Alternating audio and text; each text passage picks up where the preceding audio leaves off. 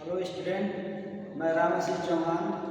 आज आप लोग को नेक्स्ट वीडियो में ये बताने जा रहे हैं कि NEC कोड क्या होता है। जब भी हम लोग वायरिंग करते हैं तो वायरिंग करने से पहले हमको ये ध्यान में रखा जाता है कि कोई भी, चाहे पंखा हो चाहे स्विच बोर्ड हो, उसकी जो मानक होती है कि स्टैंडर्ड वैल्यू कितने को स्थापित करनी चाहिए, वो हम NEC जिसको बोलते हैं नेशनल इलेक्ट्रिकल कोड, राष्ट्रीय वैद्युत कोड 2011 में वो बताया हुआ है कि इसके अनुसार से ही जो भी वायरिंग आप करेंगे तो इसके मानक के अनुसार ही करेंगे।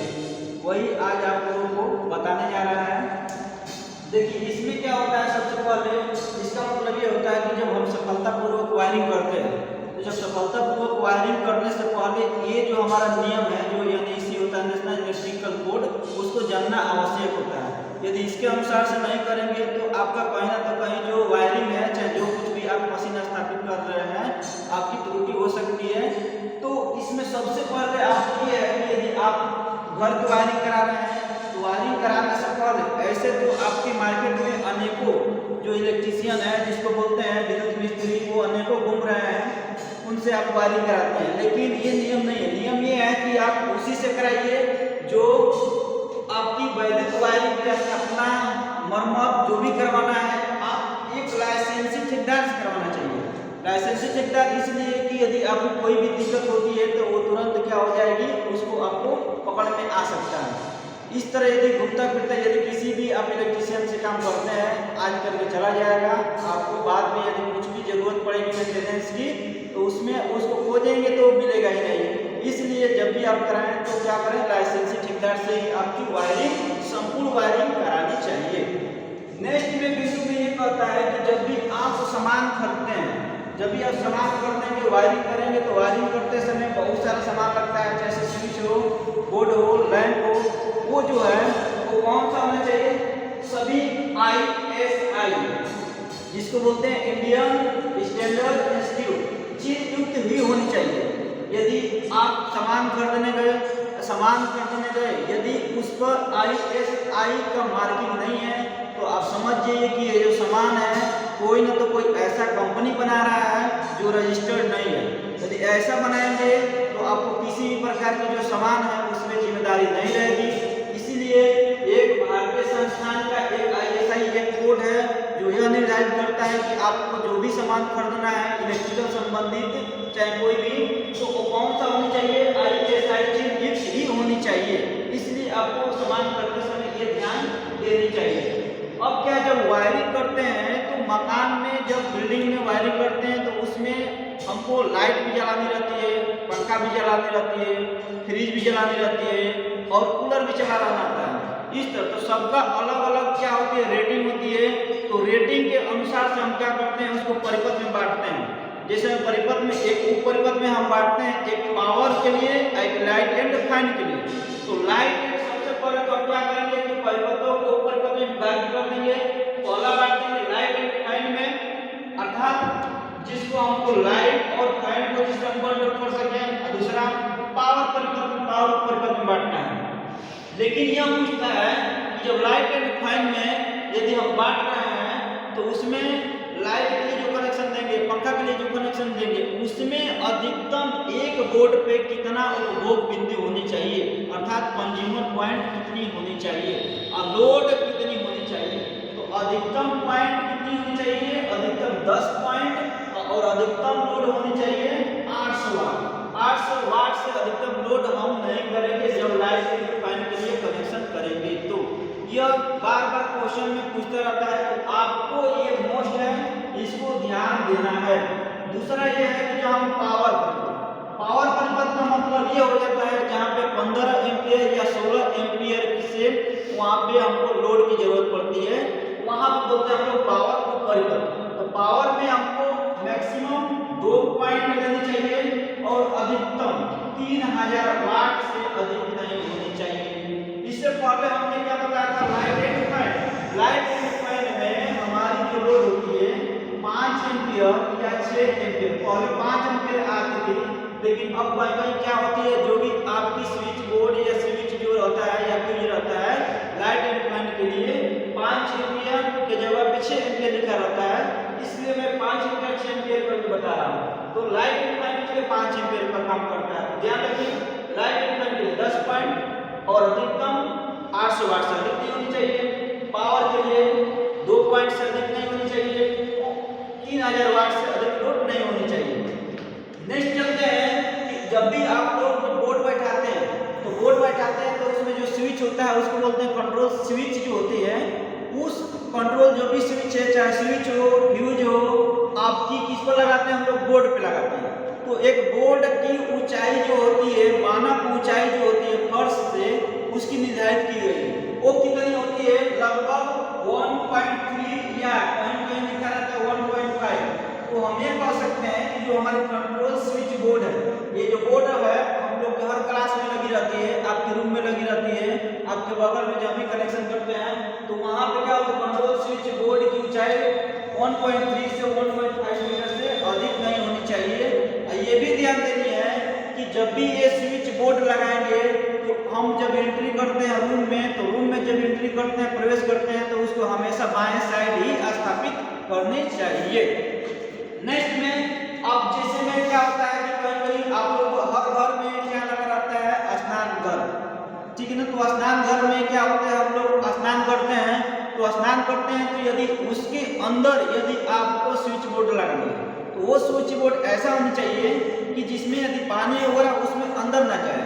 उसके लिए हम वाटर प्रूफ लगाते हैं। स्विच बोर्ड क्या लगाएंगे, वाटर प्रूफ, यदि संभव हो तो। नहीं तो यदि बाहर लगाना है तो कोई दिक्कत नहीं, वही लगा सकते हैं।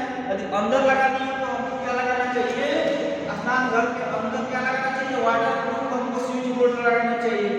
उसी तरह से गैलरी हो, बरामदा हो, आपकी गैलरी हो, बरामदा हो, चाहे घर के बाहर जो भी स्विच बोर्ड लगानी चाहिए वो हमेशा क्या लगानी चाहिए, वाटर प्रूफ लगानी चाहिए। ये हमारा कौन बताता है, यही राष्ट्रीय विद्युत कोड 2011 में ये सब चीज डिनोटेड किया गया है, इसको आपको ध्यान में देखना है।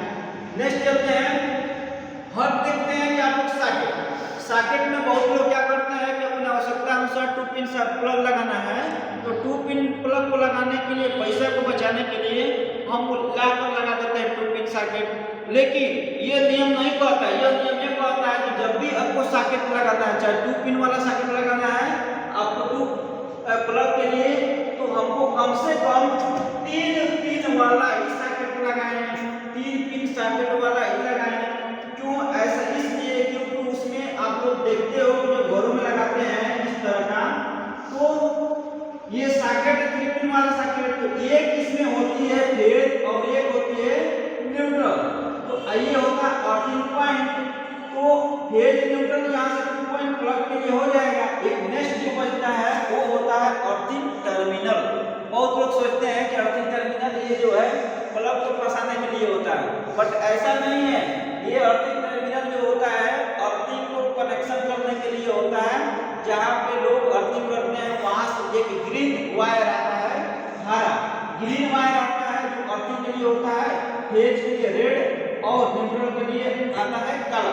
तो उसके लिए हमको कनेक्शन करते हैं। अर्थिंग इसलिए करते हैं कि बाय द वे किसी भी कारण से मेटालिक भाग जो धात्विक भाग है उसमें किसी कारण से लीकेज करंट आ गई, यदि हम उसको लगाने गए प्लग को, बाय द वे इसमें लीकेज आ गई तो हमको क्या हो जाएगा, उसे मनुष्य को सांप लगने से मौत भी हो सकती है। इसीलिए हम क्या करते हैं कि अर्थिंग पॉइंट उसमें लगाते हैं। यदि आवश्यकता है 5 पिन सॉकेट आपके पास है, 5 पिन वाला जो प्लग लगाना आता है तो 5 पिन वाला लगा सकते हैं, 5 पिन वाला लगा सकते हैं आवश्यकता अनुसार, ठीक है। अब चलते हैं आगे, देखते हैं कि लाइट एंड फैन के लिए जो होती है, लाइट एंड फैन के लिए जो सॉकेट की रेटिंग होती है वो 5 एम्पियर से 6 एम्पियर 240 की जो सॉकेट लगाएंगे लाइट और फैन को कंट्रोल करने के लिए 5 एम्पियर 6 एम्पियर 240 वोल्टेज की होनी चाहिए रेटिंग की। और पावर के लिए सॉकेट का मतलब, ये पावर के सॉकेट के लिए मतलब कि इस पावर सॉकेट से हम अधिकतम 1000 वोल्ट जोड़ सकते हैं और धारा 15 से 16 एम्पियर 240 वोल्ट पे होनी चाहिए। तो पावर सॉकेट के लिए 15-16 एम्पियर के लिए सॉकेट की रेटिंग होनी चाहिए। ये हमारा NEC कोड बताता है। अब देखते हैं कि हर घर में, हर मकान में पंखा लगा रहता है, लाइट भी लगी रहती है। तो आप समझिए कि जो पंखा लगी रहती है तो पंखा की जो ब्लेड और फर्श की ऊंचाई जो होती है न्यूनतम, यदि आप रखना चाहते हैं न्यूनतम कितना होता है 2.4 मीटर से कम, यहाँ से 2.4 मीटर से कम नहीं होनी चाहिए। भाई जो 2.4 से मीटर से कम होती है, लोग क्या करते हैं कि बेड रहता है, बेड की भी ऊंचाई होती है, कुछ ऊपर से ऊंचाई हो जाती है। भाई जब अचानक आप बेड पे खड़े हैं, अचानक अपना हाथ किए तो क्या हो सकता है, पंखा के ब्लेड से हाथ जाके लड़ जाएगी और वहाँ पर दुर्घटना होने की चांस बनी रहती है। इसलिए न्यूनतम ऊंचाई 2.4 मीटर से कम नहीं और अधिकतम ऊंचाई 3 मीटर से कम नहीं, अधिक नहीं होनी चाहिए। उसके बाद से जब भी वायरिंग करते हैं तो वायरिंग करते समय हमको मशीन रहती है, मशीन को भी कनेक्शन देना रहता है। और ऐसा कोई भाग होता है जहाँ पर सिर्फ मेटल ही होता है, मेटल का मतलब धात्विक, धात्विक में विद्युत धारा आसानी से प्रवाह हो जाती है। तो ऐसा भाग जहाँ पे आपकी घरों में मेटल भाग लगा हुआ है, चाहे मशीन की बॉडी है, वहाँ पे क्या रहता है, आपको अर्थिंग करना आवश्यक हो जाता है। वायरिंग में प्रयुक्त धात्विक आवरण अवश्य उसको अर्थिंग करनी चाहिए। ये हमको ये चीज आपको ध्यान में नोट करनी चाहिए। अब देख रहे हैं कि पंखा के अलावा लाइट भी तो लगी रहती है, तो लाइट की जो ऊंचाई होती है नॉर्मल, ये समझिए कि लाइट की ऊंचाई फर्श से 2.25 मीटर होनी चाहिए। नेक्स्ट अर्थ चालक, अब समझिए कि जो हम अर्थिंग करते हैं, अभी इससे पहले हम क्या बताए हैं कि यहाँ पे एक एक्स्ट्रा जो रहता है अर्थिंग पॉइंट, तो अर्थिंग पॉइंट जो होती है वो जमीन से अंदर जो अर्थिंग पॉइंट बनाते हैं वहां से ग्रीन वायर रहता है। बिल्डिंग में जहाँ भी आप लोग की सर्किट लगा रहता है वहाँ अर्थिंग पिन, वहाँ हम लोग अर्थिंग पिन को दौड़ाते हैं ग्रीन में। अब होता क्या है कि जो अर्थिंग वायर है, जिस अर्थिंग वायर, इस अर्थिंग वायर में नहीं तो हमको फ्यूज लगानी चाहिए, अर्थिंग चालक में तो हमको फ्यूज लगाना चाहिए और नहीं तो स्विच लगानी चाहिए। By the way earthing wire में हम यहीं पे स्विच लगा दिए और खुदा ना खास्ता कोई इसको ऑफ कर दिया है और इसमें लीकेज करंट आ गई है, तो ये क्या होगा, आपकी जो अर्थिंग पॉइंट है वो तो काम ही नहीं करेगी, दुर्घटना हो सकता है। इसलिए क्या करेंगे कि आपको स्विच नहीं लगाना चाहिए, फ्यूज इसलिए नहीं लगाना चाहिए क्योंकि फ्यूज लगा देंगे कि यदि फ्यूज लगा दिए तो रेटिंग धारा से अधिक धारा नहीं जाएगी, तो फ्यूज आपकी फ्यूज नहीं होगी, लेकिन आपकी मौत जरूर हो सकती है यदि आप इसको टच करेंगे तो। इसलिए आपको ध्यान रखना है अर्धचालक में कोई फ्यूज स्विच नहीं कनेक्ट करनी चाहिए। कनेक्ट कहाँ करना चाहिए, फ्यूज और स्विच आपको फेज वायर में कनेक्ट करनी चाहिए। कहाँ कनेक्ट करनी चाहिए, फेज वायर में।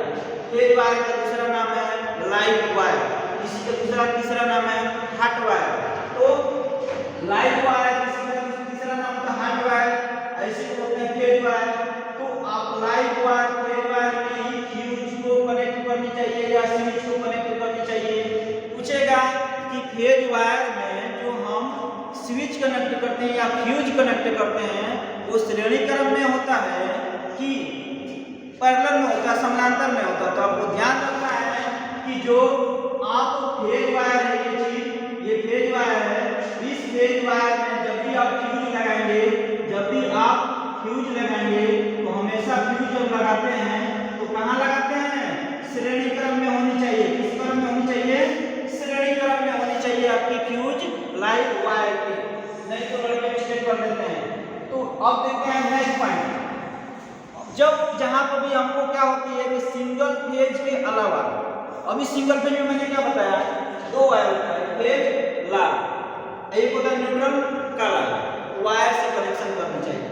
अब क्या है, जहां पे हमको 3 फेज की मोटर चलानी है, तो 3 फेज की मोटर चलानी हो तो तीनों फेजों को अलग अलग तार से हम कनेक्शन करते हैं, जिसको क्रमशः बोलते हैं हम लाल, पीला, नीला। इसको कोड वर्जन RYD, इसको रेड, येलो, ब्लू से ही हमको क्या करनी चाहिए, कनेक्शन उसी वायर से करनी चाहिए, ताकि हमको तीनों फेज को पता चल जाए कि ये R फेज है, Y फेज है और क्या है तीसरा B फेज है।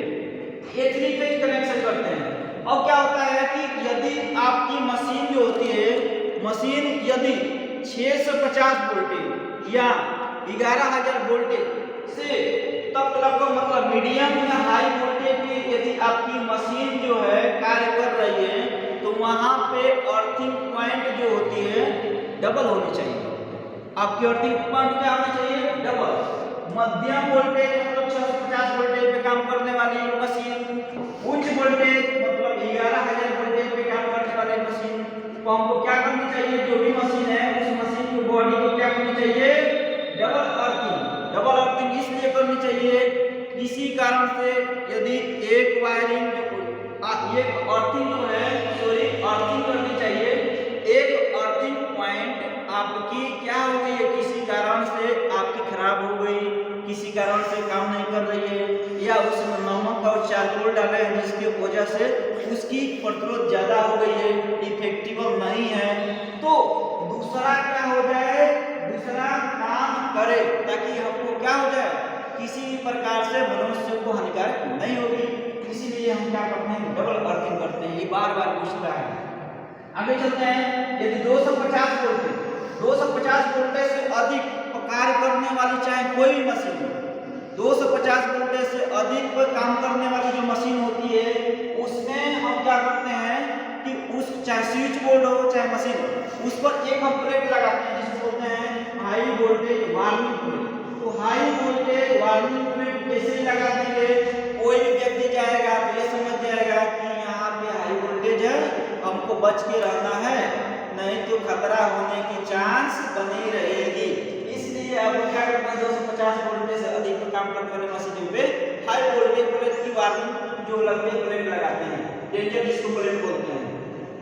अब देखते हैं कि हमारे घरों में वायरिंग करने से पहले जब वायरिंग कर देते हैं तो वायरिंग करने के बाद हमको सप्लाई ऑन करने की जरूरत पड़ती है। तो जब सप्लाई ऑन करते हैं तो ऑन करने के बाद हमको क्या करते हैं? लीकेज करंट चेक करते हैं। लीकेज करंट वो लीकेज करंट जो होती है किसी भी वायरिंग परिपथ में, लीकेज करंट जो होती है किसी भी वायरिंग परिपथ में रेटेड धारा के 1/5000वें भाग से अधिक नहीं होनी चाहिए। इसका मतलब क्या है? मान लीजिए कि आपके घरों में कितना जा रहा है? 10 एम्पियर।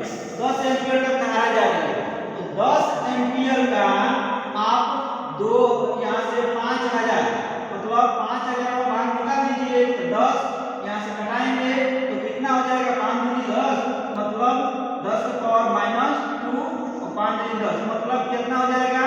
2 milli ampere. कितनी हो जाएगी? 2 मिली एम्पियर से अधिक नहीं होनी चाहिए। मतलब 10 एम्पियर का 5000वां भाग से अधिक किसी भी परिपथ में लीकेज करंट उससे अधिक नहीं होनी चाहिए। क्यों नहीं होनी चाहिए? इसलिए कि मनुष्य को लीकेज करंट जो होती है हम बोलते हैं कि कितनी लीकेज करंट हो जिससे मनुष्य को दर्दनाक शॉक लग सकता है। तो 50 मिली एम्पियर। कितनी? 50 मिली एम्पियर यदि आपके शरीर से यदि फ्लो करने लगी तो समझिए कि आपको डेंजरस आघात हो सकती है और तुरंत डेथ हो सकता है। इसीलिए रेटेड धारा से 1/5000 भाग से अधिक लीकेज करंट नहीं होनी चाहिए। लास्ट में एक होता है जिसको बोलते हैं आईई रूल होता है। आईई रूल क्या बताता है?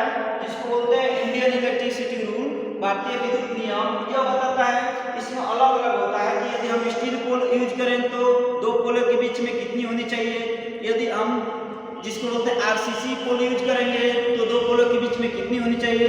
लेकिन हम साधारण पढ़ते हैं, बस ये पढ़ रहे हैं कि यदि इस कोड में क्या क्या है। तो इसके तौर पे इंडियन इलेक्ट्रिसिटी रूल 85 यह कहता है कि यदि आप 2 पोलों के बीच की दूरी न्यूनतम कितनी होनी चाहिए?